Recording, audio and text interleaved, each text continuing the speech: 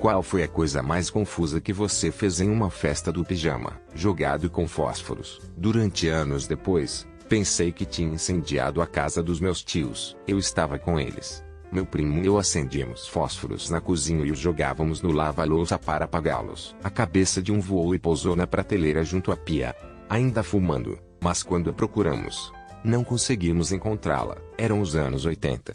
Então todos aqueles anúncios crianças, não brinquem com fósforos, estavam por toda parte. Horas depois fomos acordados por minha tia Nossa dizendo para sairmos de casa porque estava pegando fogo. Vimos a casa deles arder em chamas e ficamos aterrorizados ao contar-lhes o que tínhamos feito antes. Eu apenas sabia que tínhamos feito isso. Carreguei essa culpa por anos. Quando eu tinha cerca de 15 anos, o que foi muitos anos depois, finalmente contei à minha tia. Ela começou a rir e depois de perceber que eu tinha pensado nisso o tempo todo, me abraçou e explicou que a fiação tinha sido feita no quarto de trás. E eu era um adulto antes de finalmente entender.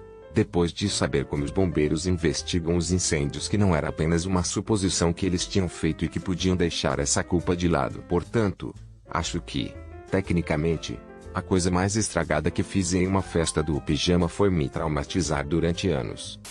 Éramos todas como meninas de 9 ou 10 anos e todas as outras haviam adormecido, exceto eu.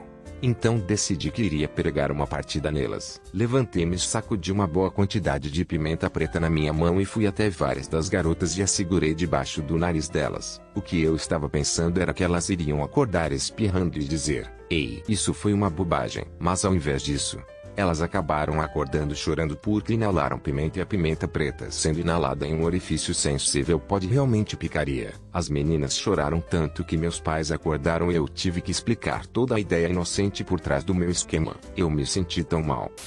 Assim, minha casa nunca comia comida de plástico quando eu era pequena, e quando dormia na casa de meus amigos comia um recipiente inteiro de batatas fritas enquanto todos dormiam, e depois coloquei o recipiente debaixo da cama de suas irmãs pequenas, que depois foram culpadas por isso e tiveram problemas. Tive meu primeiro período de sono, e felizmente para mim o primeiro ano de períodos veio com vômitos perversos e diarreia. Assim, no meio da noite, logo após todos terem adormecido, destruí o banheiro de meus amigos com uma quantidade vulcânica de diarreia. Então, no caminho de volta para a sala de estar onde 5 meninas pré-adolescentes estavam amontoadas, continuei vomitando diretamente entre 2 meninas que dormiam. Tive que pedir ajuda à mãe para limpar a bagunça. Tinha o nariz ensanguentado, estava escuro e eu não conhecia a casa. Então fiquei perto das paredes e desci pelo corredor e encontrei o banheiro. Consegui parar o sangramento. Limpei. Voltei a dormir. De manhã, a mãe chegou frenética, certificando-se de que todos estavam vivos depois que viu manchas de sangue nas mãos até o fim do corredor. Não é realmente uma festa do pijama, quero dizer. Acho que você poderia chamá-la assim. Mas eu estava passando a noite na casa de meus namorados. Talvez 5 meses ou mais em nossa relação. Acordei talvez por volta das 3 da manhã com o que eu presumi ser um nariz escorrendo e meu travesseiro estava bem molhado. Então presumi que estava babando por todo lugar. Meio adormecido, limpei meu rosto e imediatamente acordei em choque porque o ranho que limpei estava realmente quente. Não conseguia ver nada, então me sentei para ir ao banheiro e logo quando fiz o nariz, comecei a derramar líquido quente, como se fosse literalmente apenas uma cachoeira de sangue saindo do meu nariz. Imediatamente corri para o banheiro para pegar papel higiênico, o que despertou meu namorado. Eu disse a ela que tinha um sangramento no nariz e ela foi acender as luzes só para ter certeza de que eu estava bem. O papel higiênico se ensopou rapidamente, então peguei uma toalha de mão. O papel higiênico se ensopou rapidamente. Então recorri a segurar minha cabeça acima do vaso sanitário para apenas deixar o sangue escorrer para dentro dele. Assim que meu namorado acendeu as luzes, ele viu a cena do crime, que era a cama. Tudo estava coberto de sangue. Minhas roupas, meu travesseiro, os lençóis e o cobertor. Apenas sangue por toda parte. Eu estava com a cabeça super leve, mas o sangramento acabou parando e eu estava bem. Jogamos tudo no cesto e, por alguma razão, meu namorado apenas deixei-o junto à máquina de lavar roupa. A mãe dele correu para baixo de manhã gritando e nos acordando. perguntando se estávamos bem RS. Ficamos ambos confusos até que nós lembramos que fui possuído pelo próprio Satanás poucas horas antes. Eita, esqueci de mencionar que por alguma razão achei toda esta situação hilariante e meu namorado teve um ataque de pânico quando veio me ver no banheiro e ver do que eu estava rindo. Só para me encontrar rindo com sangue derramado na minha cara RS. Eu definitivamente parecia possuído. Em Boy Scouts, eu era o cozinheiro da manhã. Ou seja, acordei antes de qualquer outro para cortar lenha, fazer o fogo e ferver água. Peguei a machadinha e comecei a rachar um tronco em pequenas lascas para o cinzelar. Estava frio e orvalhado. A machadinha escorregou da minha mão no meio do giro para cima e foi voando para o círculo da barraca. Voou seriamente 10 a 15 metros e caiu direto pelo teto de uma tenda, onde 4 batedores estavam dormindo profundamente. Não sei quanto tempo esperei para ouvir alguém começar a gritar. Provavelmente fiquei ali sentado em uma expectativa aterrorizada por mais de 1 minuto. Depois fiquei preocupado que alguém pudesse se machucar. Então rastejei até aquela dezena onde o machado de guerra caiu. Desabotoei super silenciosamente a aba e a vi pousar em um saco de roupas muito perto da cabeça de algumas crianças. Entrei a socapa. Peguei o machado de guerra. Deixei a barraca. Fechei-a novamente e terminei o café da manhã. Ouvi-os no café da manhã reclamando que os guaxininhos arruinaram sua barraca perfeitamente agradável ao fazer um buraco nela. Não me lembro do que estávamos procurando, mas eu e o outro amigo revistamos as gavetas do quarto dos pais de nosso amigo e encontramos uma fita VHS. Ficamos curiosos e idiotas. Então colocamos a fita para ver o que estava nela. Nosso amigo entrou enquanto estávamos vendo seus pais fazerem sexo. O grito dele foi a coisa mais chocante, horripilante que eu vi até hoje.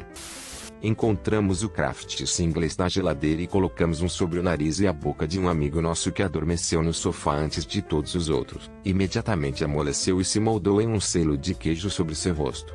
E ele parou de respirar. Todos nós nos assustamos por 10 segundos. Muito silenciosamente, até ouvi-lo fazer um som de mastigação. Ele cheirou o queijo e tomou medidas imediatas apesar de não conseguir respirar. E simplesmente comeu um buraco do tamanho de uma boca no single inconscientemente. Em seguida, passamos a rebocar o pacote inteiro em seu rosto, um de cada vez, e o observamos aspirar as fatias de queijo para não morrer.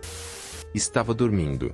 Meu amigo dormia em seu sofá. Eu dormia em sua cadeira de feijão com um cobertor. Depois de horas de jogar 007 GoldenEye, levantei-me e fui ao banheiro deles. Só que eu não fui. Eu só sonhava que sim e me mijei todo às 4 da manhã. Escondi o cobertor no armário de casacos deles. Era verão. Joguei a cadeira de feijão e minhas quecas irritadiças no lixo ao ar livre deles. Eles moravam em um rancho. Eu tinha 14 anos na época. LOL. Tive uma festa do pijama em uma casa de amigos pré-adolescentes. Então estávamos enfiados em uma pequena cama. Tive uma hemorragia nasal, mas dormi durante cerca de 1 hora. Acabei percebendo e me levantei para cuidar disso. Meu amigo acordou enquanto eu estava no banheiro para o que parecia ser uma cena de um filme de terror. Não consegui dormir mais um pouco. Quando eu era um garoto estúpido fui convidado para uma festa do pijama. Éramos alguns de nós e no dia seguinte íamos jogar paintball. Através da generosidade do anfitrião e de seus pais, agora eu conhecia a maioria deles da minha escola. Mas era realmente apenas um bom amigo e ele tinha sugerido que me convidassem como ele sabe que eu gosto de pintar bola. Na noite em que estávamos todos na sala de estar sendo crianças barulhentas e burras, eu disse estupidamente o nome do anfitrião. Provavelmente estava lá em cima fodendo a mãe dele. Todos se riem. Bem, eu disse alto o suficiente que eles também ouviram lá em cima e sua mãe não ficou muito feliz. No dia seguinte foi criado e eles culparam completamente a pessoa errada. Eu nunca disse uma palavra sobre como era eu. Isso foi talvez há 10 ou 11 anos e eu ainda penso nisso RS. Foi tão rude e desnecessário que eu gostaria que alguém me tivesse expulsado. Mas você vive e aprende. Estava provavelmente no 6º ano. Talvez um amigo meu teve uma festa de aniversário. Teve um porão super legal com piscina e GameCube e uma mini geladeira.